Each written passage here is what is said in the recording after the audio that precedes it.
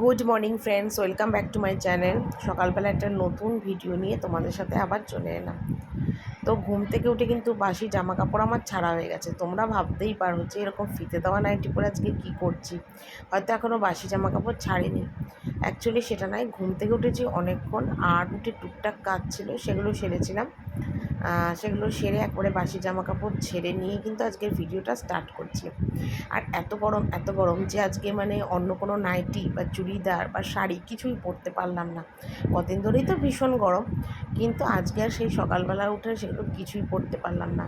তো সেই কারণের জন্যই ফিতে দেওয়া নাইটিটা পরলাম। আর সত্যি কথা বলতে কি, ফিতে দেওয়া নাইটি পরে না কাজকর্ম করো, ঘুমাও, যেটাই করো না কেন অনেক আরাম, মানে কি বলবো তোমাদের, খুব মানে শরীরের আরাম। আর দেখবে শরীরের আরাম করে না থাকলে দেখবে কাজকর্ম কিন্তু করা যায় না।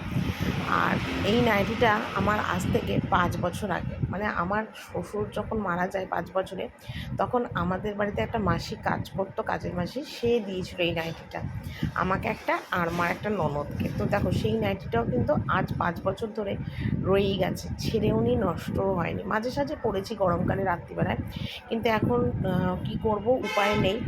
তো সেই কারণের জন্যেই কিন্তু এখন দিনের বেলাতেও এই ফিতে দেওয়া নাইটিটা পরছি। এমনিতে তো রাস্তাঘাটে বেরোনোর ব্যাপার নেই, ঘরেই থাকবো, তো সেই জন্যেই কিন্তু এই নাইটিটা পরলাম। আর আমার অনেকটা সুবিধাও হয় এরকম। আর সিনথেটিক জামা কাপড় না আমি কোনো দিনই পরতে পারিনি, একটু কটনের জামা কাপড়ই আমি পরি, আরাম পাই। কিন্তু আমার মানে সিনথেটিকের ওপরে অনেক জামা কাপড় আমার আছে। তখন না মানে যেরম পেতাম পছন্দ হতো কিনে নিতাম, কিন্তু সেগুলো আমার খুবই পছন্দ হতো না। কিন্তু এখন এমন হয়েছে কটনের ছাড়া না কোনো কিছুই পরতে পারে না, সে ভালো জামা কাপড় বলো আর নাইটি বলো, যেটাই বলো। তো সেই কারণের জন্য না এই মানে সেই জামাগুলো এখন পরতে পারি না, কিন্তু দেখো সেগুলো পুরনো হয়েছে, নষ্ট হয়ে যাবে, তো সেই জন্য আমাকে পরতেই হবে। তো সেগুলো তো এখন পরি, দেখোই তুমি ব্লগ করার সময়, তো আজকে আর পারলাম না গরমে। তো সেই কারণের জন্য কিন্তু এই ফিতে দেওয়া নাইটিটাই পরলাম। আর ছেলে তো ঘুম থেকে অনেকক্ষণ আগেই উঠেছে, আর ছেলে কিন্তু উঠে নিচেই চলে গেছে। আর তোমাদের দাদাভাইও উঠে পড়েছে, ও গেছে একটু দোকান বাজার যেরকম যায়। আর আমি ততক্ষণে ভাবলাম কি, সকালবেলাতেই আজকে বাসি বিছনাটা যখন তুলবো, তার একটা কাজ করি, একেবারে তোমার জামা কাপড় মানে বিছানার চাদরটাও চেঞ্জ করি। আর ওদিকে আমার বালিশ ওষারটা, ছেলের বালিশ ওষারটাই শুধু চেঞ্জ করেছিলাম, মানে বার করেছি কাচতে। আর কোল বালিশের ওষারগুলো আর চেঞ্জ করলাম না, কেন আজকে 4 দিন ওষারগুলো, তো চেঞ্জ করলাম না, শুধু বালিশের কভার দুটোই চেঞ্জ করলাম। আর এদিকে দেখো 2-3 দিনের রাশিকৃত জামা কাপড় ছিল, সেগুলো এখন ভাঁজ করছি। এগুলো যদি আমি রান্নাবান্না করে এসেই সারি, কিন্তু আজকে ভাবলাম না, সকালবেলায় এই কাজগুলো সেরে নিই। তো সেই কারণের জন্যই সকালবেলায় এই কাজগুলো সেরে নিচ্ছে, অনেকটাই সুবিধা আছে। আর তারপর নিচে গিয়ে চা বসাবো, চা বসিয়ে চা খেয়ে ভাত টাত বসিয়ে বাসন কোসন মাজবো, যে কটা বাসন কোসন আছে। কিন্তু আপাতত দুপুরের কাজটাই আমি আজকে সকালবেলা সেরে নিচ্ছি, আমার নিজের সুবিধার জন্যে।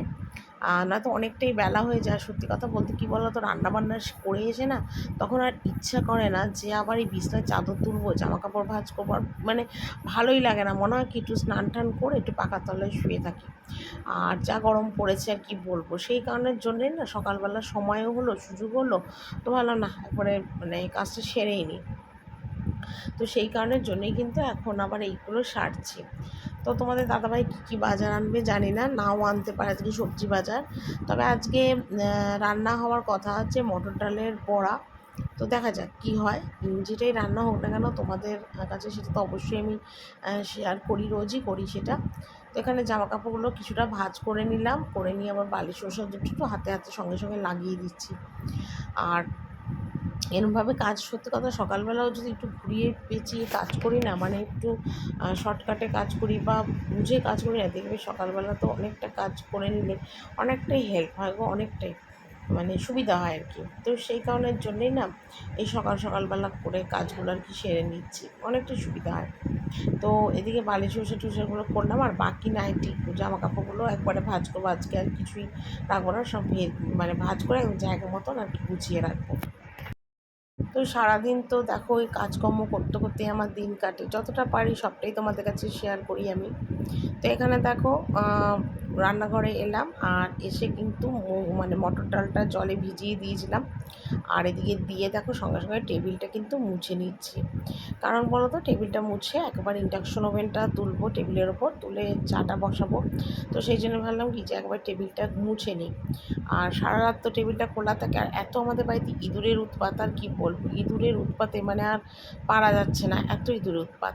তো সেই কারণের জন্য না মানে টেবিলটা একটু ভালো করে মুছে নিচ্ছি। আর ওদিকে মুছে টুছে নিলাম, নিয়ে কিন্তু আমার চা খাওয়া কিন্তু কমপ্লিট হয়ে গেছে। চা করলাম, চা খেলাম, আর ওদিকে চাটা খেয়ে নিয়ে ভাত বসিয়েছি। ভাত বসিয়ে দিয়ে আর দেখো রোজকার মতন কিন্তু এখন বাসন মাজছি। এই যে আমি সকাল থেকে উঠে পরপর কাজগুলো করছি, সেগুলো কিন্তু সত্যি কথা আমার অনেকটাই সুবিধা হয়। আর এদিকে ছেলেকে আবার বললাম, বাবু ভিমবার সাবানটা একটা দে, ভিমবার সাবানটা শেষ হয়ে গেছে। তো ছেলে আমাকে ভিমবার সাবানটা খুলে দিয়ে গেল সাবানের কেসে। আমি এখন মাজছি। দেখো আমার ছেলেকে যেরকম বলি না সেরকমও করে, পারে করতে, মানে নিজের কাজও নিজে করতে পারে, বা টুকটাক এরম বললেও করে। আমি ওকে সব রকমভাবেই শেখানোর চেষ্টা করি, যাতে ও সব রকম শিখতে পারে, জানতে পারে, ওর কোনো অসুবিধে না হয়। হ্যাঁ, একটা চিন্তা সবসময় মনের মধ্যে ঘোরে যে আজ আমি আছি, সমস্ত কিছু করতে পারছি, কিন্তু যখন আমি থাকবো না, অনেক পরের কথা যদিও হয়তো, কিন্তু মানুষের জন্ম মৃত্যু, বিয়ে তো কেউ বলতে পারে না কখন কী ঘটে। তখন আমার ছেলের কী হবে, কীভাবে ও চলবে, থাকবে, ওকে কে দেখবে। আবার চিন্তা করি ভগবান দিয়েছে, ভগবানই দেখবে। ভগবানই তো আমার ছেলেকে এরকম দিয়েছে না, তো সে ভগবানই আমার ছেলেকে দেখবে। তো মাঝে মাঝে সেই সব চিন্তা করে না মনটা এত খারাপ হয়ে যায়, কষ্ট হয়, চিন্তাতে মাথা খারাপ হয়ে যায়। কিন্তু আবার মনটাকে বোঝায় যে না, ভগবান তো মাথার উপর আছে, সেই রক্ষা করবে আমার ছেলেকে, কেউ না করুক সেই করবে। জীবনে তো কোনো পাপ করিনি, কারোর সংসারে অশান্তি করিনি, কারোর সাথে খারাপ ব্যবহার করিনি, কিন্তু আমার কপালে দেখো সন্তানের সুখটা ঠিকমতো হলো না। এটাই মনের মধ্যে একটা দুঃখ, যে আমি এখনও পর্যন্ত মার ডাক শুনতে পেলাম না। জানি না আদৌ কোনো দিন এই মার ডাক আমি শুনতে পাবো কি না। খুব কষ্ট হয় যখন সব ছেলেমেয়েরা মাকে মা, বাবাকে বাবা ডাকে। আমারও মনে হয় আমাকে মা বলে আমার সন্তান ডাকুক, কিন্তু আমার ছেলে আমাকে মা ডাকে না। আমার খুব কষ্ট হয়, খুব কষ্ট হয় যে আমার ছেলেটা এত বড় হয়ে গেল, কি হবে ওর ভবিষ্যৎ, এইসব চিন্তাভাবনা করে মনটা খুব কষ্ট হয়। কিন্তু কি করব, কপালে এ জন্মের কোনো পাপ নেই, হয়তো আগের জন্মের কোনো পাপ ছিল, সেই জন্যই হয়তো আমার কপালে এরকম হয়েছে। তো যাকগে, বাসন টাসন মেজে আবার জল ঝরাতে দিলাম, দিয়ে বাসনগুলো আবার তুলে নিচ্ছি। তো কালকে রাত্রিবেলার তরকা ছিল একটু সিদ্ধ করা, সেটাই তোমাদের দাদাভাইকে একটু করে দিচ্ছি। আর কালকে রাতে ফ্রিজে রুটি ছিল, বাসি রুটি, তো সেটা গরম করে দিলাম, আর এই তরকাটা নিয়েও চলে যাবে। কেন চৈত্র মাস সকালবেলায় তো ভাত মাছ আগে খেয়ে যেত, এখন তো আর ভাত মাছ খেতে পারে না। আর নিরামিষ রান্না কতবার খাবে, এখন খাবে আবার এসে খাবে, একদমই খেতে পারে না নিরামিষ। তো যেহেতু বাড়িতে বাবা প্রতিষ্ঠা, তো সেই কারণের জন্যে কিন্তু নিরামিষটা আমাদের পুরো চৈত্র মাসটাতেই হয়। তো সেই জন্যে ওর এখন মানে নয় রুটি নয় পাস্তা, বেশিরভাগই পাস্তাটাই খায়। তবে আজকে আবার রুটি আর মানে তরকাটা নিয়ে গেল, মানে করে দিচ্ছি, নিয়ে যাবে বললো, তো আমি সেটা নাড়াচ্ছি।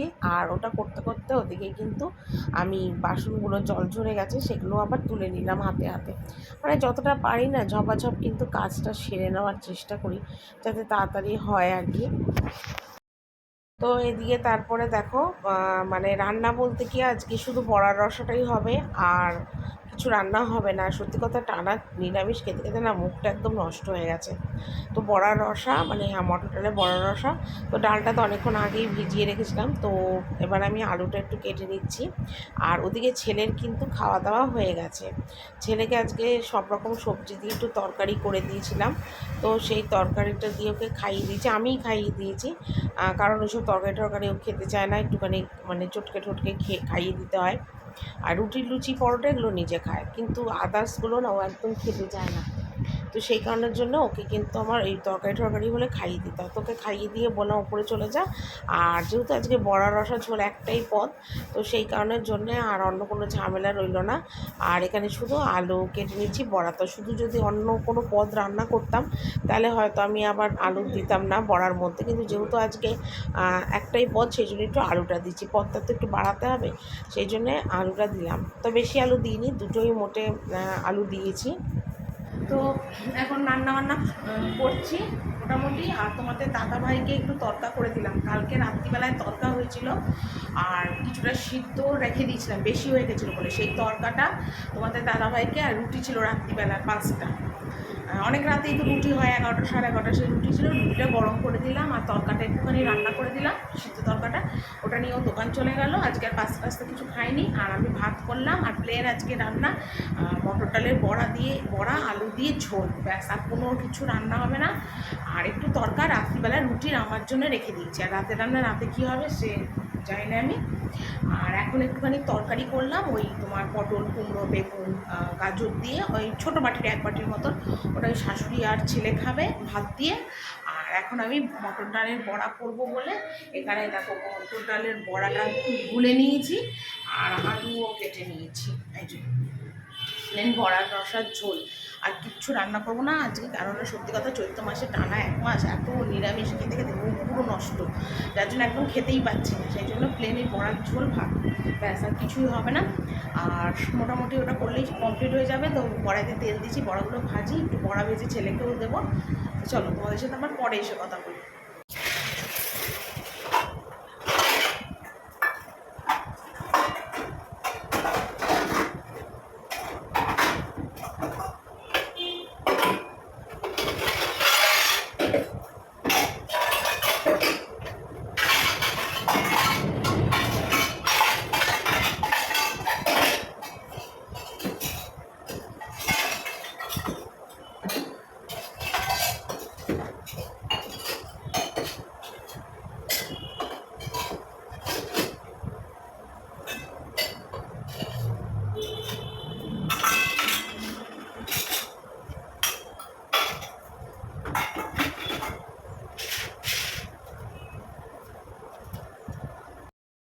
তো রান্নাবান্না কিন্তু আমার কমপ্লিট বলতে কি, বড়ার ঝোলটা হচ্ছে কড়াইতে। তো যেহেতু নিরামিষ অসুবিধে নেই, একটু গ্যাসটা কোনো রকমে মুছে নিচ্ছি, অনেকটাই দেরি হলো যেহেতু, তো ভাবলাম কি যে একদিকে গ্যাসে রান্নাটা হোক আর আমি ততক্ষণে গ্যাস ট্যাসগুলো একটুখানি মুছে নিই।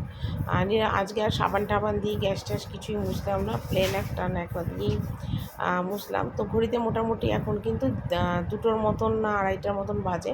তো রান্নাটা হতে একটু দেরি হলো, কারণ ননদ এসেছিলো, ননদের মেয়ের আবার মানে রান্নাটা করলো। তো ও তো ঝাল টুল খায় না, তো সেই কারণের জন্য ও রান্নাটা আলাদা করলো। তো ওকে গ্যাস ছেড়ে দিয়েছিলাম, তো সেই জন্য আমার আবার দেরি হলো। নয়তো আমার এই বড়ার ঝোল রান্না করতে 2:30টা বাজতো না, আরও আগেই কিন্তু আমার রান্নাটা হয়ে যেত। তো এখানে দেখো বড়ার ঝোলটা হয়ে গেছে, একদম হালকা করে প্লেন বড়ার ঝোল করেছি। আর এটার মধ্যে আছে একটু সিদ্ধ ভাত, ঠিক আছে, খিচুড়ির মতন করে রেখেছি তোমাদের দাদাভাই, ওটার মধ্যে আছে ভাত, আর এটা সবজি কাটা রয়েছে, আর এখানে রয়েছে একটু তরকা বলেছিলাম, আর এই যে সকালবেলা একটু তরকারি করেছিলাম ওটা, এটা রয়েছে। এই হলো আমার আজকে রান্না।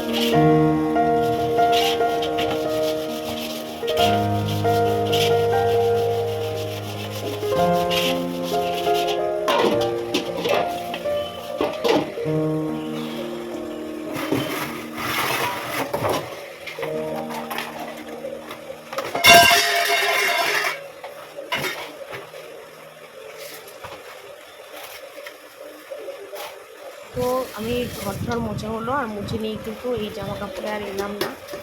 হাত মুখ ধুয়ে, হাত পা ধুয়ে, গায়ে একটু জল টানলাম, ঢেলে দিলাম এখন ঠাকুর ঘরে বাসন মাজতে। তো অনেক দিন ধরেই শাশুড়ি বলছিল ঠাকুর ঘরে বাসন টাসনগুলো মাজার জন্য, একটু জমে গেছে অনেকটা। তো তবু ভাবলাম যে না, বাসনগুলো এখন মেজে ফেলি। চান এখন করবো না, কারণ ট্যাঙ্কিতে জল ভীষণ গরম। তো এখন একটু দেরি করেই স্নান করছি, ট্যাঙ্কিতে জলটা ভরা হলে তারপরে সেই জন্য স্নান করছি। তো এদিকে বাসনগুলো সমস্ত মেজে ঘষে নিই। আর তোমাদের আজকে একটু দেখিয়ে দেবো যে আমাদের বাবার যে ঘট বসেছে চৈত্র মাসে, সেটা তোমাদের অনেক দিন ধরেই ভাবছিলাম দেখাবো দেখাবো, কিন্তু সত্যি কথা একদম ঠাকুর ঘরের দিকে আসতেই পারছিলাম না। আর সময় সুযোগটাও ঠিকঠাক হচ্ছিল না। আর বাসন মাজবো করে হচ্ছিল না, একবারে এলাম কিন্তু বাসনটা মাজতে। তো তোমাদের আজকে কিন্তু ঠাকুর ঘরে যে বাবার ঘর চৈত্র মাসে বসেছে সেটাও তোমাদেরকে দেখিয়ে দেবো। তো বাসন মাজা হয়ে এসছে, শাশুড়ি ওদিকে কিন্তু চলে আসবে ঠাকুর ঘরে। তো বাসন টাসন মাজা কমপ্লিট। আর পুরো আমি ভিজে গেছি, ঘামে ভিজেছি। আর কলটা আমাদের এমন না, এরা মানে কি বলবো, এই ঠাকুর ঘরের ভীষণ মানে জল ছিটায়। তো এখানে একটা বারান্দাটা ধোবো, আর ওদিকে দেখো পিছনে ঠাকুরের সব সোয়েটারগুলো ছাড়িয়ে দিয়েছিল আমার শাশুড়ি। তো সেগুলোই আবার দেখো সার্ফে কেচে একটু দড়িতে মেলে দিলাম। পিছন দিকে দেখতে পাচ্ছ মেলেছি, ওগুলো কিন্তু সমস্ত গোপালের, নারায়ণের সব সোয়েটার। ঠিক আছে, ওগুলো একটু কেচে মেরে দিলাম। তো বললাম কালকে তুলে নিতে, তো কালকে তুলে নেবে শাশুড়ি। আর যেহেতু এই কটা জামা কাপড়, ওই জন্য ছাদে কিছুই কাঁচা ধোয়া করলাম না, সব এই বারান্দা দিয়েই আর কি মেলে ঠেলে দিলাম আর কি। আর এদিকে বারান্দাটা ভালো করে ধুয়ে নিয়ে তোমাদের একবার ঠাকুরঘরটা দেখিয়ে দেবো। ওদিকে শাশুড়ি ছেলে দুজনেই কিন্তু চলে এসছে ঠাকুর ঘরে। আর ওরা মানে আমার শাশুড়ি তো রোজই আসে ঠাকুরঘরে পুজো দিতে, তো রোজ তো আর আমার আসা সম্ভব হয় না। তো সেই জন্য আজকে যেহেতু এসছি, তো সেই কারণের জন্য তোমাদের আজকে একটু দেখিয়ে দেবো। তোমাদের এটা তো আমার দেখানো হয়নি না এই চৈত্র মাসে, তো আজকে সেটা দেখিয়ে দেবো।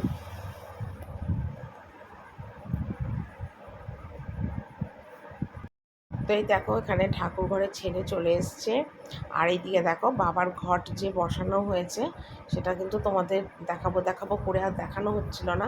তো আজকে দেখো বাবার ঘট যে বসেছে, ভোলে বাবার মাথায় জল পড়ছে ঘট দিয়ে সেটা। আর এদিকে ছেলে এখানে মোম ধূপকাঠি জ্বালাবে বলে বসেছে, আর শাশুড়ি ফুল বাচ্ছে। তো আমি ভাবলাম তোমাদের কাছে একটু শেয়ার করে দিই। তো দেখাবো করি আর হচ্ছিল না। তো আজকে সময় সুযোগ দুটোই হলো, তাই তোমাদের কাছে আজকে আর কি দেখিয়ে দিলাম। তো এইটা মানে এখানে এইগুলো করা হয়ে গেল। এবার আমি সোজা উপরে চলে যাবো, কারণ আমার তো কাজকর্ম শেষ। সোজাই চলে যাবো স্নান, এখানে একদমই ভিজে গেছি। তো চলো বন্ধুরা, আজকের ভিডিওটা এখানেই শেষ করছি। টাটা।